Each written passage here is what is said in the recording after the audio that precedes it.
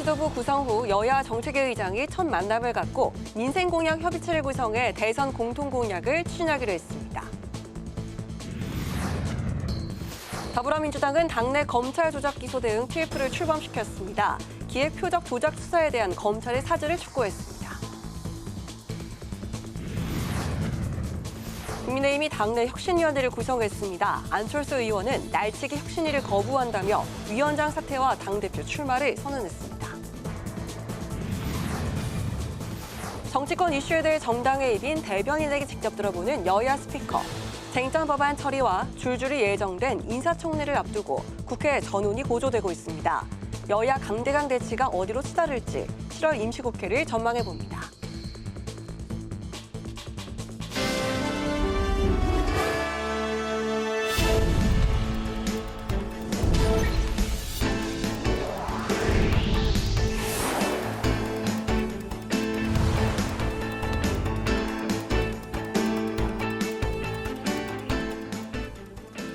여러분 안녕하십니까? 7월 7일 월요일 국회 라이브 6 시작하겠습니다. 국민의힘의 정책위 의장단이 새롭게 구성되면서 여야 정책위 의장단이 상견례를 갖고 공통공약 추진 방안을 논의했습니다. 여야는 민생공약 협의회를 구성해 이견이 없는 민생 법안들을 신속히 처리하기로 했습니다. 김희연 기자입니다. 진성준 더불어민주당 정책위 의장과 김정재 신임 국민의힘 정책위 의장이 처음 만났습니다. 김 정책위 의장은 전임 정책위 의장단에서 여야 공통공약을 추려 100여 건이 넘는 민생 입법을 신속히 추진하는 성과를 거뒀다며 이번에도 계속 이어지길 기대한다고 말했습니다. 진 정책위 의장은 지난 대선에서의 공통공약이 200여 건이나 된다고 밝히고 여야가 민생 공통공약 추진협의회를 가동해 우선 추진하길 기대한다고 화답했습니다. 민생이 정말 어렵고 그래서 민생 회복을 위해서는 여야가 함께 머리를 맞대고 힘을 모아야 할 때라고 생각합니다. 그러면 이렇게 어려운 민생도 해결해 나갈 수 있는 길이 열리지 않겠는가 그렇게 생각합니다. 민생 앞에는 여야가 따로 없다는 것으로 응답하겠습니다. 여야 정책위 의장들은 쟁점 법안에 대한 신경전도 벌였습니다. 의석수를 내세운 그 일방적인 그 입법 강행 이것을 야당인 저희도 우려하고 있고 국민들도 시간이 지나면 아마 많이 불편해하실 것입니다. 그래서 저는 그 야당과 함께 서로 의견을 조율하고 또 논의하는 그런 정치적 배려를 좀 해주셨으면 하는 당부를 말씀을 드리고요. 역지사지의 자세로 정책협의에 임하겠다 하는 약속의 말씀을 드립니다. 김 정책위 의장은 노란봉투법과 양곡관리법, 방송상법 등 여야 이견이 큰 법안들은 시간이 걸리더라도 합리적인 방안을 모색해야 한다고 강조했습니다. 진 정책위 의장은 충분히 협의하겠다면서 이번 상법 개정안처럼 여야가 합의해서 처리하기를 기대한다고 밝혔습니다. 국회방송 김희연입니다.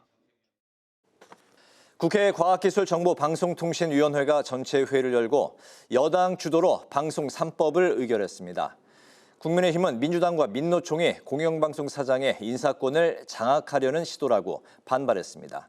한규미 기자의 보도입니다. 국회 과방위는 공영방송 이사회 확대를 핵심으로 하는 방송 3법을 여당 주도로 통과시켰습니다. 민주당은 이사회 구성을 다양화해 정치권의 공영방송 지배구조 영향력을 줄여야 한다고 주장했습니다. 이 방송 3법에 따라서 공영방송 사장을 뽑으면 누가 사장이 될지 모를 것 같아요. 예측 불허의 인물이 사장이 될 수도 있는 어떤 정치권에도 유불리하지 않은 그런 제도예요. 민주당은 또 보도책임자 임명 시 종사자 과반수 동의를 얻어야 하는 보도책임자 임명동의제 적용 대상을 종편과 민영방송까지 확대해야 한다고 강조했습니다. 국민의힘은 이사회 추천 주체가 늘어나면서 국민의 대표성을 띠지 않는 단체가 공영방송의 운영에 영향력을 미칠 수 있다고 우려했습니다.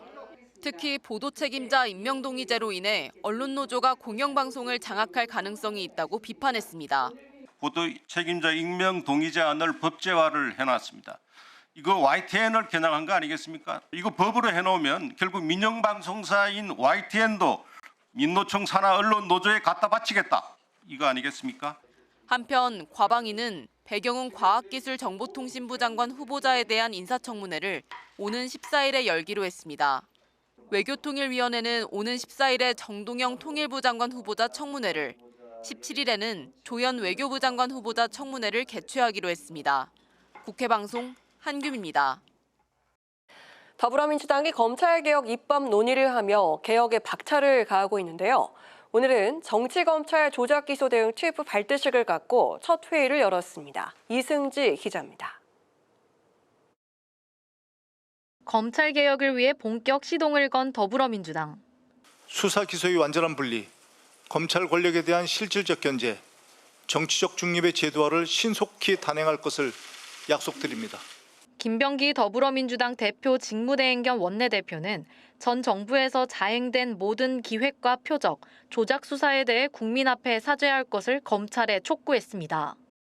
그러면서 정치검찰이 만든 악패를 스스로 결자해지하기 위해 정치 사건을 전수조사하라고 촉구했습니다. 또 정치 탄압의 희생양이 된 피해자들의 명예를 즉각 회복시키고 패습의 실체를 밝힐 독립기구 설치를 제안했습니다.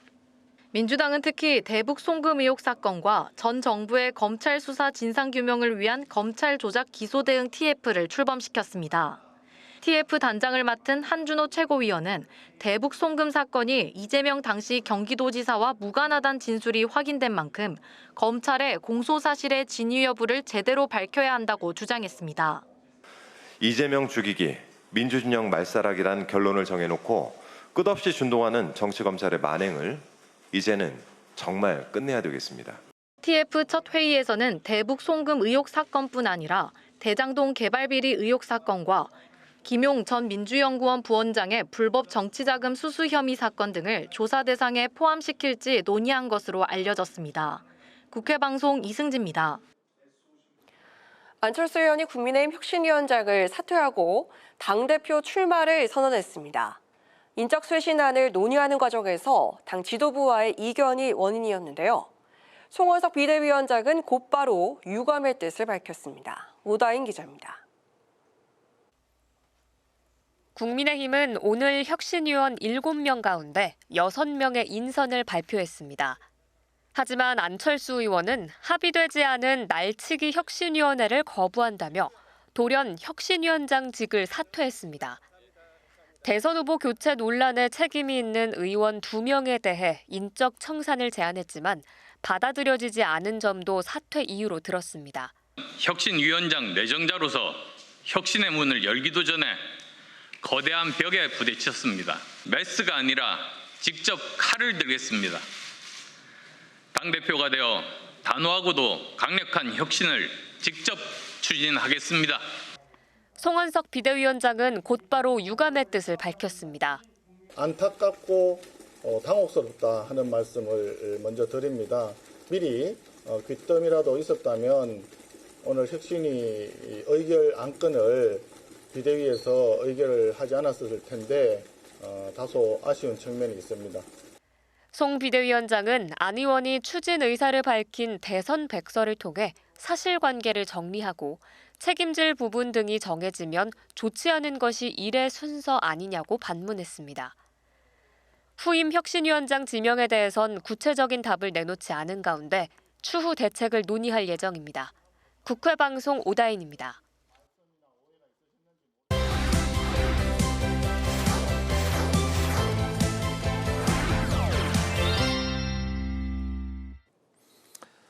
네, 오늘 이슈픽 서완한 개건 기자와 함께 가동된 지 18일 만에 윤석열 전 대통령에 대해 구속영장을 청구한 내란 특검법 이야기부터 해보겠습니다. 서 기자, 어서 오십시오. 네, 안녕하십니까? 네, 지난 주말에 내란 특검법이 특검팀이 윤석열 전 대통령에 대해서 이제 구속영장을 신청을 했습니다. 이제 세 번째 소환 대신에 구속영장을 이제 청구한 건데 특검이 가동된 지 18일 만이죠. 네, 그렇습니다. 현재 3개의 특검이 가동되는 가운데 이 중에 2개의 특검이 이 윤 전 대통령을 겨누고 있는 상황에서 이 수사 속도가 조금 더 빠르게 진행되고 있는 이 내란 특검팀, 이 조은석 특검팀이 어제 구속영장을 청구했습니다. 일단 1월 초에 이 경찰의 체포 시도 당시에 경호처 등을 동원해서 이를 막으려고 했던 것과 또 계엄 선포 직후에 국무회의 관련해서 불법 행위에만 집중했습니다. 네. 이 직권남용, 권리행사 방해, 또 허위 공문서 작성, 또 특수공무집행 방해 등의 혐의를 적용을 했는데요. 이 중에 허위 공문서 작성은요, 계엄 선포 국무회의 문건을 이 사후에 작성하려고 하는 의혹과 관련된 혐의고요. 또 특수공무집행 방해죄 같은 경우는 지난 1월 이 공수처가 체포영장 집행을 하려고 했을 때 경호처가 저지했을 때 윤 전 대통령이 이에 대해서 부당한 지시를 했다라는 부분의 혐의입니다. 네. 다만 이 무인기로 이 북한을 도발해서 무력 충돌을 일으키려 했다라는 외환 혐의에 대해서는 특검팀이 아직 조사가 더 필요하다는 판단하에 이 구속영장 청구서에는 포함시키지 않았습니다. 이 정청래 민주당 의원 또 박찬대 민주당 의원 모두 이 윤 전 대통령이 평생 살 곳은 감옥이다, 또 사필 규정이다라는 입장을 각각 내면서 이 특검의 발빠른 영장 청구에 대해서 환영의 뜻을 내비쳤습니다. 그렇군요. 이제 9일 모레 이제 수요일인데 윤 전 대통령에 대한 구속영장 실질 심사 이제 결과를 이제 지켜봐야 될 상황인데 특검 수사가 보수 정치권에도 영향을 줄 거다 이런 분석이 나오죠. 네, 그렇습니다. 이 윤 전 대통령과 김건희 여사를 둘러싼 사실상 모든 의혹을 이 수사 대상으로 이 새 특검이 갖고 있다 보니까 이 정치권 인사들을 겨눈 수사도 자연스럽게 이뤄질 수밖에 없지 않겠냐라는 관측이 나오는 것 같습니다. 네. 이 당장 내란 특검팀은요, 이 한덕수 전 국무총리에 대해서도 소환 조사를 실시했었는데 일각에서는 구속영장을 청구할 수 있다라는 관측도 나오고 있습니다. 또 김건희 여사 관련해서 이 삼부토건 주가 조작 의혹 사건을 수사 중인 민중기 특검팀의 경우는 이 삼부토건이 이 폴란드와 우크라이나 재건 포럼 2023년에 열렸던 건데 이에 참석하게 된 과정을 놓고 당시 포럼에 참석했던 원희룡 국토부 장관에 대해서도 출국 금지 조치를 하고 조사의 필요성을 시인했습니다. 네. 또 양평을 지역구에 둔 김성교 의원 역시 이 양평 고속도로 특혜 의혹과 관련해서 확인이 필요하다는 취지하에 출금 조치가 이뤄졌다라는 보도도 나온 상황인데요. 또 해병대원 특검팀은 이 국방부와 대통령실 당시 안보 라인에 대한 수사가 이뤄질 수밖에 없는 상황이기도 합니다. 또 무엇보다 이 내란 특검의 경우 이 비상계엄 전후로 국민의힘 지도부가 국회 내 표결에 참석하지 않았던 배경에 대해서도 확인할 수 있는 상황이기 때문에 이 수사가 장기적으로 봤을 때 보수 정치권 핵심으로 번질 가능성도 배제할 수 없는 상황입니다. 그렇군요. 이번 달부터 이제 전당대회를 이제 앞두고 있는 상황에서 호남 구애를 시작한 정청래 민주당 의원과 박찬대 의원 이야기로 좀 넘어가 볼까요? 일단 당심에서 앞선다는 평가를 받고 있는 정청래 의원이 어제 북콘서트를 광주에서 열었죠? 네, 그렇습니다. 이 당대표가 되기 위해서는 당원들의 표심이 굉장히 중요하고 또 민주당 입장에서 호남은 이 핵심 표밭인 만큼 호남이 누구를 지지하느냐 이게 굉장히 중요한데요. 네. 그러다 보니까 두 의원 모두 호남을 중심으로 이 새몰이를 시작하려는 게 좀 읽히는 것 같습니다. 특히 두 의원 모두 지난 주말 이 호남 공략에 나서면서 이 본격적인 당대표 경쟁이 시작된 게 아니냐라는 평가도 함께 나오는 것 같습니다. 네. 정청래 의원은 어제 오후 2시 이 광주 서구에 있는 김대중 컨벤션 센터에서 북콘서트 이 국민이 지키는 나라를 열고 이 아직도 끝나지 않은 내란 세력과의 전쟁이 앞으로 펼쳐지게 된다라면서 이 선거운동은 우리가 열심히 했었는데 호남이 제대로 된 대우를 받지 못한 것 같다라는 얘기가 나오는데 제가 챙길 수 있는 위치에 갈 수 있도록 도와달라며 지지를 호소했습니다. 정 의원과 박찬대 의원에 비해서 이 정 의원은 이 당원 지지율이 앞선다라는 평가를 좀 받고 있거든요. 네. 이 한국갤럽이 이달 초 조사한 결과에 따르면 이 민주당 지지층에서 정 의원의 지지율은 47%로 이 박찬대 의원의 38%보다 9%포인트 높게 나타났습니다.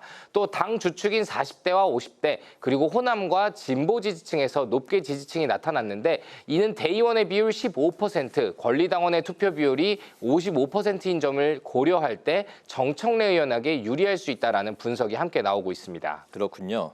당원 지지율은 정청래 의원, 또 당내 의원들의 지지율은 원내대표를 이제 역임했던 그 박찬대 의원이 좀 더 유리하다 이런 이제 평가를 받고 있지만 당심이 낮아서 어쨌든 이제 모멘텀을 좀 이제 마련해야 된다는 게 이제 박찬대 의원 입장인데 호남살이를 시작했다고요? 네, 그렇습니다.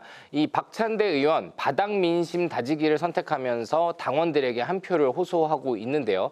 지난 5일부터 전북과 전남 지역을 순회하면서 현지 마을회관에서 숙식을 하는 일주일 이 호남살이를 하고 있습니다. 네. 박 의원은 이 지난 대선 때 지지율이 낮은 곳을 주로 찾다 보니 호남인들과 직접 대면하지 못해서 아쉽고 죄송했다라면서 명예 호남인이 되겠다는 각오로 지역민들과 함께할 것이라며 호남살이의 이유와 각오를 밝히고 있습니다.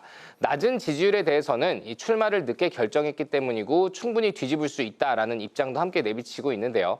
박 의원은 원내대표를 역임하면서 의원들과의 스킨십이 많았다 보니 이 지지세가 좀 더 강하다라는 평가를 받습니다.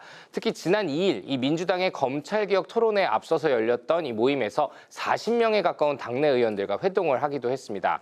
어제는 여수에서 이 북콘서트를 열었고요. 오늘은 호남이 묻고 박찬대가 답한다라는 주제로 광주에서 오전에 기자회견을 열기도 했습니다. 또 내일과 모레는 각각 전북과 전남의 경청 투어에도 나섭니다. 이 10일 후보 등록이 시작이 되지만 이 호남을 두 의원이 모두 찾아서 한 표를 호소하면서 네. 이 본격적인 당대표 경쟁이 막이 오른 게 아니냐라는 평가가 나오는데요. 이 여론조사 결과 부동층이 40%에 달하고 또 일반 국민 여론조사도 30%나 반영이 되기 때문에 이번 민주당 대표 선거는 치열하게 진행될 가능성이 높고 운동기간 중에 발생한 변수들이 그만큼 당락을 결정하게 될 것이다라는 전망도 벌써부터 나오고 있습니다. 네, 전당대회 8월 2일에 이제 결정이 되는 거죠. 네, 그렇습니다. 네, 오늘 이슈픽 여기까지 듣겠습니다. 서완한 객원 기자와 함께했습니다. 말씀 잘 들었습니다.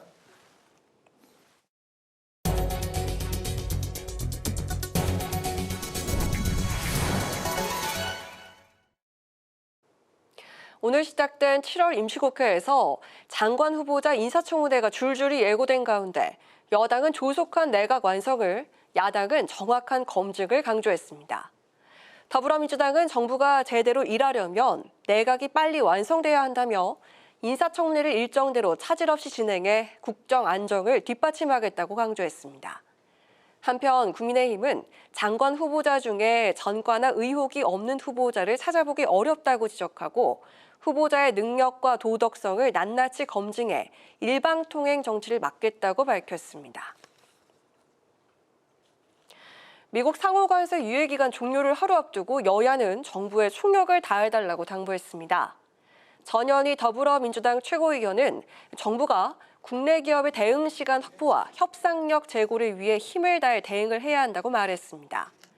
송원석 국민의힘 비상대책위원장은 이미 자동차에 25% 등 높은 수준의 개별 관세가 적용되는 상황에서 상호 관세까지 더해지면 우리 수출 산업이 큰 타격을 입을 거라 우려했습니다. 핵 융합 에너지를 세계 최초로 상용화하기 위한 발전 방향과 정책 과제를 논의하는 간담회가 국회에서 열렸습니다. 간담회를 주최한 황정화 더불어민주당 의원은 AI 산업도 전기와 전력 문제를 해결하지 않으면 할 수 있는 일이 없는 만큼 핵융합 등 에너지 문제에 대한 근원적 해법을 찾아야 한다고 강조했습니다. 이어 핵융합 기술은 안전하고 막대한 에너지를 생산할 수 있는 게임 체인저라며 미래 에너지에 대한 연구개발 투자를 아끼지 말아야 한다고 밝혔습니다.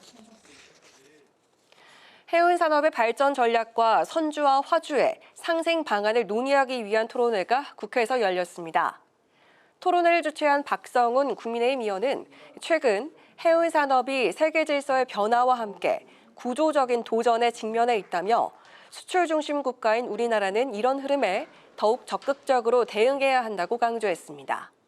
발제를 맡은 김인현 고려대학교 교수는 우수 선화주 기업 인증 제도를 도입해 선사와 화주 간의 상생 협력을 유도하고 국적 선사의 이용률을 높여야 한다고 제안했습니다.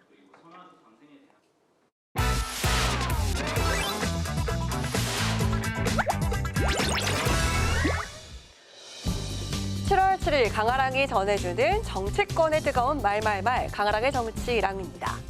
오늘 첫 번째 주제는 소비 쿠폰 Q&A입니다. 지난 4일 2차 추경안이 국회 본회의를 통과함에 따라 국민에게 15만 원에서 최대 55만 원까지 지급되는 민생회복 소비 쿠폰 지급이 이번 달 21일부터 시작됩니다. 지원 금액은 소득 상관없이 전 국민 1인당 15만 원을 기본 지급으로 하는 방식으로 이뤄지고 소득별 맞춤형 지원으로 나눠집니다. 또한 비수도권 지역과 농어촌 인구 소멸 지역 주민에겐 추가로 지급되는데요. 이 지급 방식을 두고 정치권에선 다른 목소리가 나왔습니다. 지금 지역이 굉장히 어렵습니다. 서울을 제외한 여러 지역이 굉장히 지방정부가 어려운 경제 여건을 가지고 있거든요. 그래서 소비 쿠폰 같은 경우도 지역에 조금 더 주는 방법, 뭐 인구 소멸 지역이라든지 이런 데에 대해서도 조금 더 지원하는 방법들을 저희들이 고민을 했지 않겠습니까? 어렵고 힘들고 고통받은 우리 국민들에게는 줘야 된다고 생각합니다. 당연히 줘야죠. 더 줄 수도 있죠. 그런데 우리 김영수 앵커나 저나 15만 원 받아서 뭐 하겠어요. 저는 이 보편적 복지보다는 선택적 복지로 가자. 왜? 우리 차세대 미래들의 우리가 짐을 안겨줄 수 없지 않느냐. 소비 쿠폰 신청이 시작되는 첫 주에 신청이 몰릴 것을 대비해서 출생 연도에 따른 요일제를 운영하는 방침을 밝혔죠. 소비 쿠폰은 동네 마트나 전통시장에선 쓸 수 있지만 대형마트에선 사용이 제한됩니다. 배달 음식의 경우엔 어플에선 결제가 불가하지만 대면 결제의 경우엔 가능한데요. 유흥업종이나 사행성 업종, 금은방이나 상품권 구입 같은 경우는 사용이 제한됩니다.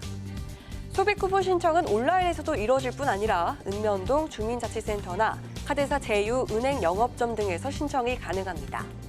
올해 11월 말까지만 사용이 가능하다고 하니까 기한 내에 꼭 다 쓰셔야겠습니다. 고물가가 지속되면서 주머니 사정이 팍팍해진 시민들과 내수 부진으로 폐업 위기에까지 몰린 자영업자들에게 소비 쿠폰이 경기 침체를 회복시킬 열쇠가 되길 기대해보겠습니다. 이어서 오늘 두 번째 주제는 당권에 쏠리는 눈입니다. 국민의힘 혁신위원장직을 수락했던 안철수 의원이 돌연 사퇴를 선언하며 바로 당대표에 도전하겠다고 밝혔죠. 저는 전당대회에 출마하겠습니다. 국민의힘 혁신 당대표가 되기 위해 도전하겠습니다. 국민들께 혁신의 의지를 보여드리기 위해 먼저 최소한의 인적 청산을 행동으로 옮겨야 한다는 판단 아래 비대위와 수차례 협의했지만 합의에 이르지 못했습니다. 특히 안 의원은 당대표가 된다면 무엇보다도 윤석열 전 대통령 부부와 완전히 절연하겠다고 강조했습니다.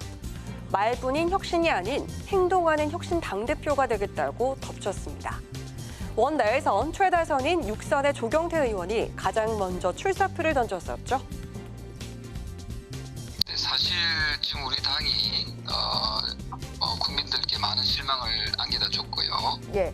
그러다 보니까 지금 국민들께서는 지금 우리 당이 망하는 길로 가고 있지 않느냐 이렇게 보고 있고요. 저 역시 그런 비상적인 상황에서 침묵할 그런 위치는 아니라고 보고 있습니다. 국민의 눈높이에 맞는 확실한 그 쇄신을 좀 할 수 있도록 헌신하겠다는 그런 마음으로 이번에 나오는 것이 맞지 않느냐. 권동원 전 대표 역시 저는 국민의힘의 아주 좋은 자산이다. 이렇게 살려야겠다는 생각은 아마 똑같은 입장이 아니겠느냐. 지난 대선 당시 한동훈 전 대표 캠프 공동 선대위원장을 맡는 등 대표적 친한계 인사로 분류됐던 조 의원은 탄핵의 강을 건너야 한다면서 당 재건을 위해서 헌신하겠다고 밝혔습니다. 특히 당대표 출마가 한 전 대표와는 무관한 행보라면서 선을 그었습니다. 윤석열 정부에서 미래전략기획관을 지낸 장성민 전 의원도 당권 도전을 선언할 상황입니다. 이런 가운데 김문수 전 대선 후보도 당권 도전 행보에 나선 듯한 모습인데요. 지난 4일에 있었던 강연에선 이재명 대통령에 맞서 싸우겠다는 발언을 내놓는가 하면요. 오늘 15일엔 서울 지역 원외 당협위원장들과 비공개 오찬 일정을 가지면서 행보를 넓히겠다는 계획입니다. 전당대회 구도가 윤곽이 잡히자 후보군으로 거론되고 있는 나경원 의원도 고심 중이라는 입장을 내놨습니다. 지금 뭐 누가 서로 하겠다고 할 일은 아니고요. 빨리 우리 당의 리더십을 만들고 그 리더십이 해야 될 일은 무엇인가 거기에 대한 정말 많은 고민과 토론들을 하고 있고요. 누가 해야 된다고 욕심낼 것은 아니다. 많은 고민을 하고 있습니다. SNS 등을 통해서 목소리를 내고 있는 한 전 대표 역시 공식 석상의 모습을 드러내진 않고 있지만 유력한 당권자로 거론되고 있죠. 출마 여부를 고민 중인 것으로 전해지고 있습니다. 국민의힘 전당대회가 다음 달 중순으로 가닥이 잡히면서 당권주자들의 발걸음도 한층 빨라지는 모습인데요. 당의 혁신을 외치면서 도전장을 내미는 의원들의 행보에 정치권의 이목이 쏠리고 있습니다. 지금까지 강아랑의 정치랑이었습니다.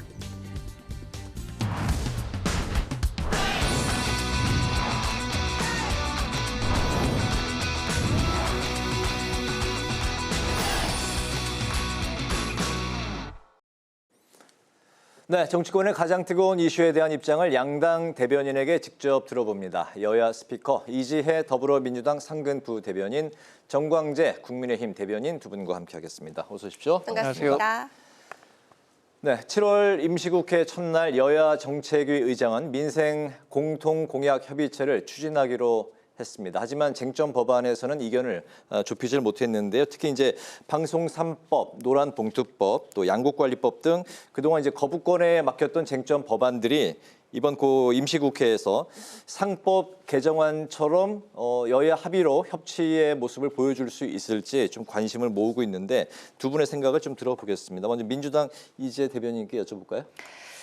국회 상임위에서 통과되는 법안들을 살펴보면 쟁점 법안들은 뒤로 미뤄지고 무쟁점 법안들부터 처리된 경우가 많습니다. 그 이유가 뭐냐면 발의된 법안 수가 많고 그리고 법안 심의에 시간이 한정되어 있기 때문입니다.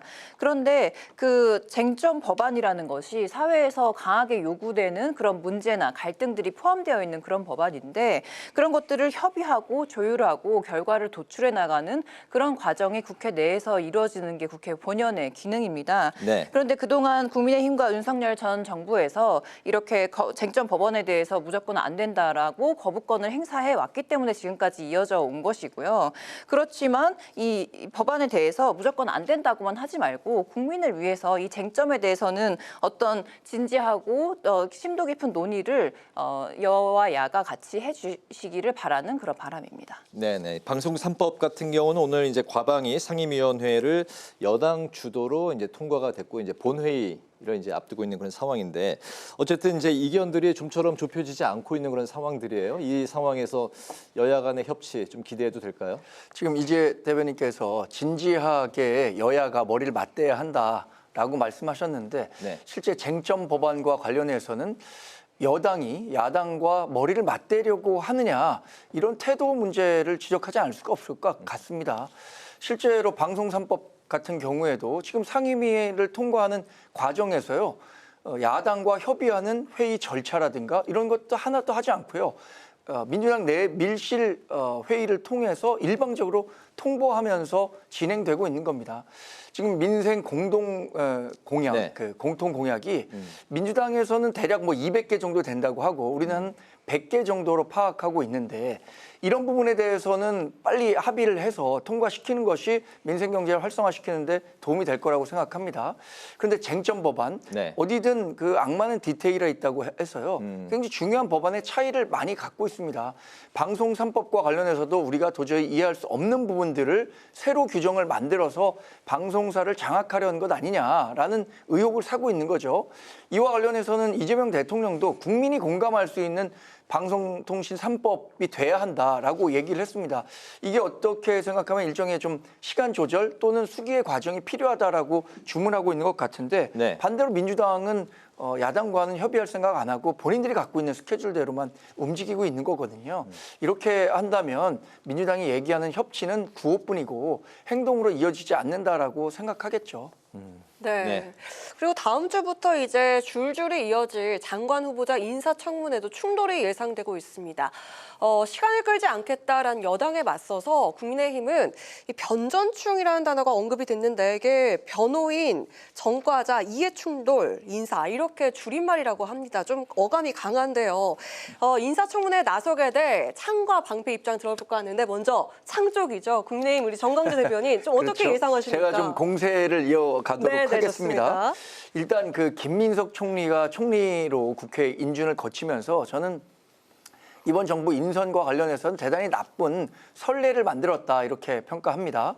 김민석 후보자가 여러 의혹과 관련해서 인사청문회 기간 동안에 충분히 소명하겠다 이렇게 얘기를 했는데 이틀간의 인사청문회 기간 동안 증인 없었고요. 참고인 없었고 자료 제출도 대단히 부진했습니다. 근데 그럼에도 불구하고 결국에는 표결 통해서 인준이 될 수 있었던 거잖아요. 그나마 총리는 국회 표결이라도 거치게 되는데 장관 후보자들은 채택이 되지 않다고 하더라도 대통령이 임명하면 되는 사안이기 때문에 민주당은 아마 이렇게 갖고 있는 스케줄대로 움직이려고 하는 것 같아요.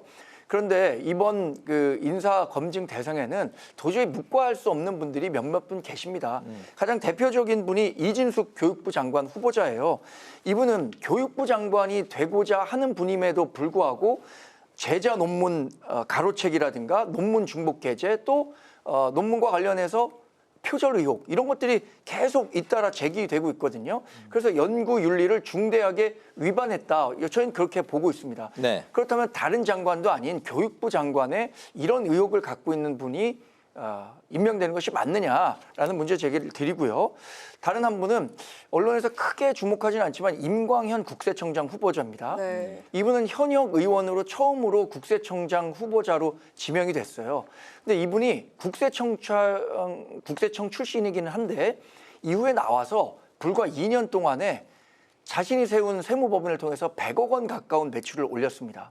이것은 그야말로 우리들이 인사검증의 칼날을 날카롭게 들이댔던 전관예우 그 이상도 이하도 아닙니다. 과거에 이 전관예우 의혹으로 인해서 낙마했던 분들이 부지기수입니다. 더군다나 국세청은요 사정기관인 동시에 권력기관이에요.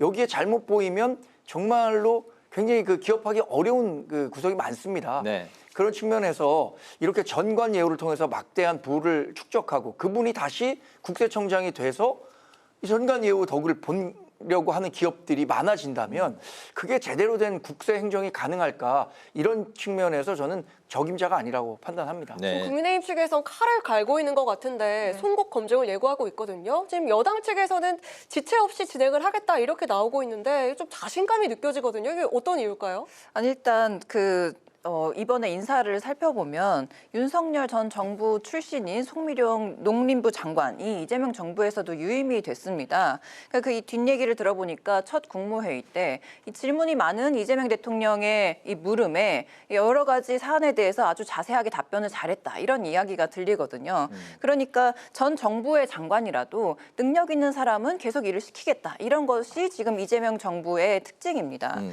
그래서 지역과 국민을 위하는 일이라면 능력 있는 인재를 쓰겠다라는 것이 강력한 지금 신호인 것이고 그래서 인사청문회도 각 장관 후보자가 얼마나 일을 잘할 사람인지 얼마나 그 현안에 대해서 이해를 하고 앞으로 일 잘 해나갈 사람인지 국민과 국가를 위해서 얼마나 헌신할 사람인지 이런 것들을 집중하는데 저희 인사청문회에서 힘을 쏟을 것이고 국민의힘도 그런 부분에서 정말 국민과 국가를 위해서 일할 사람이 누구인지 정말 능력 있는 사람인지 이런 부분을 같이 검증해 주셨으면 좋겠습니다. 네, 알겠습니다. 집중할 상대라는 표현은 그렇지만 어쨌든 추천 인사청문회에 나올 인사 중에 후보자 중에 아까 말씀하신 그런 분들이 집중적으로 좀 표적의 대상이라는 거죠? 네, 근데 사실 능력은 기본이고요. 그분이 갖고 있는 도덕성이 어떤 것인지에 대한 검증이 필요하기 때문에 인사청문 제도가 도입된 겁니다. 네. 인사청문 제도가 처음 도입된 게 2000년이에요. 그때 김대중 대통령 시절인데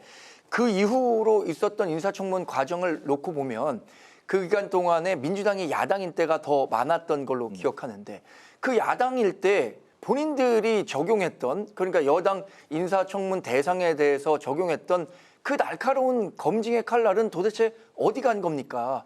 그 칼날의 10분의 1이라도 지금 거론되는 인사청문 대상자에 대해서 검증하려고 한다면 민주당이 스스로 부끄러워서 아마 통과시키지 못할 대상자들도 꽤 많을 겁니다. 네, 알겠습니다. 7월 한 달이 국민의힘 당 내부적으로는 당권 경쟁 열기로 이제 후끈 달아오를 것 같은데 뭐 민주당도 이제 상황은 예, 비슷하고 네. 먼저 전당대회는 먼저 네. 있죠. 오늘 국민의힘 안철수 의원이 당권 도전 의사를 밝혔습니다. 하지만 이제 여러 가지 좀 이제 복잡한 상황 속에서 출마 선언을 이제 하게 됐는데 우선 이제 정광재 대변인께 여쭤보겠습니다. 안철수 의원의 혁신위원장 사퇴 배경 그리고 당내 분위기 그리고 네. 어떻게 해서 이제 출사표까지 나오게 됐습니까? 사실 지금 그 전당대회 일정이 나와 있는 곳은 민주당이 먼저인데 네. 더 많은 관심이 국민의힘에 쏠리고 있는 것 같습니다. 그 이유는 아무래도 우리가 대선에 패배한 이후에 어떻게 이 패배를 딛고 승리할 수 있는 정당을 만들 수 있는가라는 리더십을 만드느냐 이 부분일 텐데 지금 우리가 보여드리고 있는 모습은 대단히 실망스러운 모습이죠. 사실 혁신위 구성과 관련해서도 안철수 전 위원장이라고 해야겠네요. 이분이 네. 이제 사퇴를 했으니까 본인이 나서서 혁신위를 잘 꾸려보겠다. 그래서 혁신 방안을 만들어 보겠다라고 했는데 지금 비대위에서 안철수 전 위원장이 추진하려고 했었던 인적 구성에 대해서 비토를 넣은 것 같아요. 그러니까 인적 구성과 관련해서 비대위가 의결해주지 않으니까 그 부분과 관련해서 받아들일 수 없다는 의사를 네. 안철수 전 위원장이 표현한 것 같고요. 두 번째 이유는 그 우리가 대선에 패배하는 과정에서 정치적인 책임을 져야 하는 사람이 있다면 그 책임을 물어야 한다라는 뜻을 비대위 측에 전달했는데 그걸 이제 2명으로 축약했다는 거 아닙니까? 근데 그것과 관련해서도 혁신위 활동이 다 마무리되기도 전에 먼저부터 이 두 사람에 대한 책임론을 제기하는 것은 옳지 않다라고 해서 의견 충돌이 있었던 것으로 알려졌습니다. 이 때문에 안철수 전 혁신위원장이 위원장직을 버리고 그렇다면 아예 내가 혁신을 기치로 걸고 당대표 선거에 뛰어보겠다라는 뜻으로 당대표 선거에 뛰겠다는 방침을 밝혔는데 네. 사실 우리 당의 이 전당대회는 당대표 후보군이 아직 결정되지가 않았습니다. 그래서 지금 뭐 어떤 사람이 특별하게 우위에 있다라고 말씀드리긴 어려운데 네. 정말 혁신 경쟁이 돼야 한다는 말 공감대는 있거든요. 네. 그 부분과 관련해서는 조금 더 상황이 진행되는 대로 말씀을 드리도록 하겠습니다. 알겠습니다. 이제 혁신이 출범부터 이제 파열음이 나고 있는 이제 국민의힘 상황인데 8월 전당대회에 대한 이제 국민의힘을 이제 바라보는 이제 국민들의 시선이 좀 우려스러운 상황인데 현재 이제 몇몇 의원들이 몇몇 후보들이 이제 출사표를 던지긴 했는데 상대당에서 바라보는 국민의힘 좀 전당대회 상황은 좀 어떻습니까? 어떤 분위기 같습니까? 아니 일단 더불어민주당이 일을 잘하려면 사실 국민의힘이 제대로 된 야당의 기능을 잘 수행을 해주셔야 됩니다. 그런데 지금 보수 언론도 나서서 국민의힘이 다시 국민의 선택을 받으려면 해체 수준으로 황골탈퇴를 해야 된다. 지금 당 주류부터 교체해야 된다. 이런 말들이 지금 나올 만큼 굉장히 네. 심각한 상황인데요.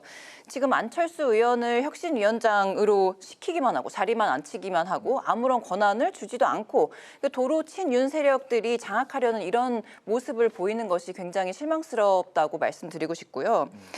사실 어제 윤석열 전 대통령의 구속영장에 나오는 표현 중에 12.3 비상계엄 전에 국무회의 심의를 거친 듯한 외관을 갖추기로 마음먹었다. 이런 말이 굉장히 인상적이어서 말씀드리면서 네. 이번에도 마찬가지라고 말씀드리고 싶습니다. 국민의힘이 지금 혁신을 하려는 의지가 있는 듯한 외관만 갖추기로 마음먹었다라는 것이 지금 안철수 의원의 혁신위원장 취임과 뭐 사퇴 이런 분위기를 보면서 우리가 다 느낄 수 있다. 이렇게 다시 한번 강조해보고 싶습니다. 네, 알겠습니다. 네, 알겠습니다. 자, 민주당 가보도록 하겠습니다. 10일 후보 등록을 시작으로 전대 레이스가 본격 시작이 되는데 지난 주말에 정청래, 박찬대 의원 모두 민주당 텃밭인 호남을 찾았습니다. 이번 당대표 선거는 권리당원의 표심에 결과가 달려있다라고 하는데 권리당은 55% 표심이 과연 누구에게 향할지 한번 짚어보도록 하겠습니다. 지금 저희 그 앞선 코너 이슈픽에서도 살펴본 바에 의하면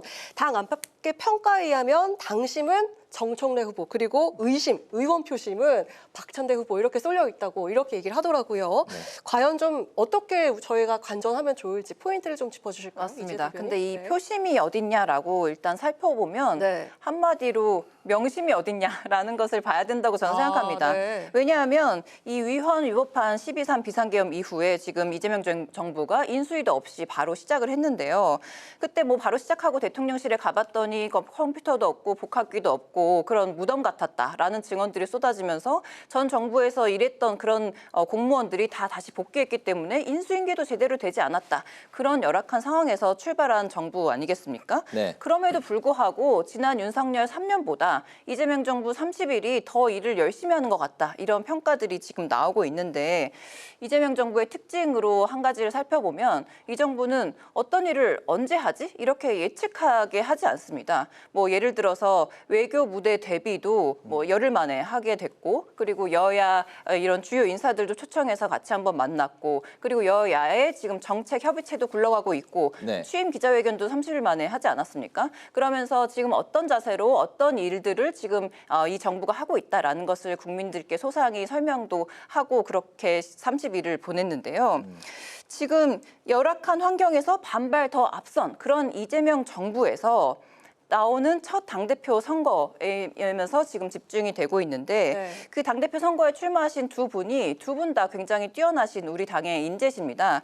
그렇지만 그 중에서도 어떤 당대표 후보가 지금 이렇게 일을 열심히 하고 잘하는 그런 이재명 대통령과 잘 발맞추어 나갈 것인지를 잘 어필하는 그런 후보가 이 표심을 많이 얻을 것이지 않을까라고 예상해 봅니다. 지금 두 후보가 호남을 찾고 있는데 이 호남의 지지가 있다면 이 선거 분위기를 이끌어올 수 있을 거라는 그런 생각 때문에 두 후보가 호남에 집중하는 걸까요? 그러니까 호남과 수도권에 아무래도 당원들이 많이 계시기 때문에 지금 호남으로 집중해서 지금 유세를 하는 것으로 보여지고요. 아무래도 호남에서 나오는 대통령과 그리고 뭐 당의 어떤 수장이 그리고 이 사람들의 어떤 마음을 잘 사로잡는 그런 전통이 있기 때문에 네네. 지금 호남을 많이 찾는 것 같습니다. 전체 당원에 또 차지하는 비중이 호남이 제일 높죠? 제일 높다기보다 수도권과 호남에서 높은 편의 비중을 차지하고 있죠. 네, 또 당 외부에서 보는 시선은 또 솔직하거든요. 네. 이 판세를 좀 가늠해 볼 수 있을까요? 어떻게 우리 당 사정을 얘기하는 것보다 민주당 사정을 얘기할 때 제가 마음이 편하죠. 편하게 말씀해 주시죠. 사실 처음에는 박찬대 의원이 당연히 그 당심에서도 앞설 것이다라고 예상한 분이 많았어요. 왜냐하면 이재명 대통령이 아까 명심을 얘기했는데 명심이 박찬대 전 원내대표에게 있는 것 아니냐라는 분석이 많았는데 또 의외의 결과가 최근에 나온 여론조사 결과를 통해서 확인할 수 있었죠. 이 때문에 일정 정도 이제 그 각축이 이루어지는 것 아닌가라고도 판단할 수 있을 것 같은데 여론의 흐름은 아직 8월 2일까지 시간이 좀 있으니까 그 기간 동안에 많이 요동칠 것 같습니다. 지금 조금 뒤져 있는 것으로 판단되는 박찬대 의원이 이른바 아까 말씀하신 원심, 의원 내의 그 원심을 바탕으로 해서 저변까지 어떻게 확산시킬 수 있느냐가 관건이 될 것 같고요. 결과적으로는 권리당원 55% 차지하고 있잖아요. 전체 투표에서. 권리당원이 이재명 대통령의 국정 운영에 있어서 누가 더 안정적으로 뒷받침할 수 있는 사람이냐라는 판단을 하게 될 거라고 생각합니다. 뭐 일각에서 얘기하기로는 뭐 정청래 의원 같은 경우에는 공격형 스트라이커고 박찬대 원내대표 같은 경우에 수비형 미드필더이기 때문에 더 믿을 수 있는 사람들을 선호하는 거 아니냐라는 분석들도 나오고 있는 걸 보면 지금의 그 여론조사 결과나 흐름이 8월 2일까지 그대로 이어질 것이다 이렇게 보기는 어렵겠죠. 네네. 정말 편해 보이시네요. 그 마지막 뭐 간단하게 좀 그 두 분의 생각을 좀 들어보고 싶은데 그 질문은 좀 간단하지는 않습니다. 이제 9일 모레 윤석열 전 대통령에 대한 이제 구속영장 실질 심사가 있고 당일에 어떻게 보면은 좀 커다란 결과가 좀 나올 수도 있을 것 같습니다. 국민의힘이 아주 좀 지금 초미의 관심사가 아닐까 싶은데요. 저희는 뭐 그 윤석열 전 대통령이 이미 탈당을 뭐 꽤 오래 전에 했고요. 우리 당과는 상관이 없는 분이다라고 얘기는 하고 있지만 우리 당이 배출한 대통령이었다는 역사적 사실까지 부인하기는 어렵겠죠. 그래서 윤석열 전 대통령이 적극적으로 어쨌든 그 적용과 관련해서는 본인의 방어권도 행사하고 그 안에서 법적인 절차를 밟기를 네. 기대하고 있습니다. 만약에 구속영장이 발부된다면 그 역시 면구스러운 일이고 그렇지 않다면 그 상태에서 그러니까 불구속 상태에서 재판이 진행되면서 그 결과를 담담히 지켜볼 수밖에 없는 상황입니다. 네, 9일 상황 민주당은 어떤 시선으로 보고 있습니까? 일단 계속 구속이 되어 있어야 되는 상태임에도 불구하고 나왔다는 사실이 지금 말이 안 되는 것이고 그때도 전무후무하게 뭐 일이냐 시간이냐를 따져서 법원이 구속영장 이 윤석열 전 대통령을 풀어주는 사태가 발생했는데요. 네. 그렇기 때문에 윤석열 전 대통령이 다른 증언자들과 증언을 맞추고 그리고 증거를 훼손하는 그런 일들을 지금까지 벌인 것이 정황이 포착이 되어 있기 때문에 지금 다시 구속영장을 청구를 한 것입니다. 그러니까 빠르게 지금 증거인멸이나 뭐 말 맞추기 이런 것들을 다시 한번 방어를 하는 측면에서도 빨리 구속영장이 실질 심사가 잘 통과가 되어야 된다고 그렇게 생각합니다. 알겠습니다. 여야 대변인의 입을 통해서 듣는 정치권 소식 오늘은 여기까지 듣도록 하겠습니다. 지금까지 이지혜 더불어민주당 상근 부대변인, 정광재 국민의힘 대변인 두 분의 말씀을 들었습니다. 말씀 잘 들었습니다. 고맙습니다. 오늘 국회 라이브 6 여기까지입니다. 시청해주신 여러분 고맙습니다.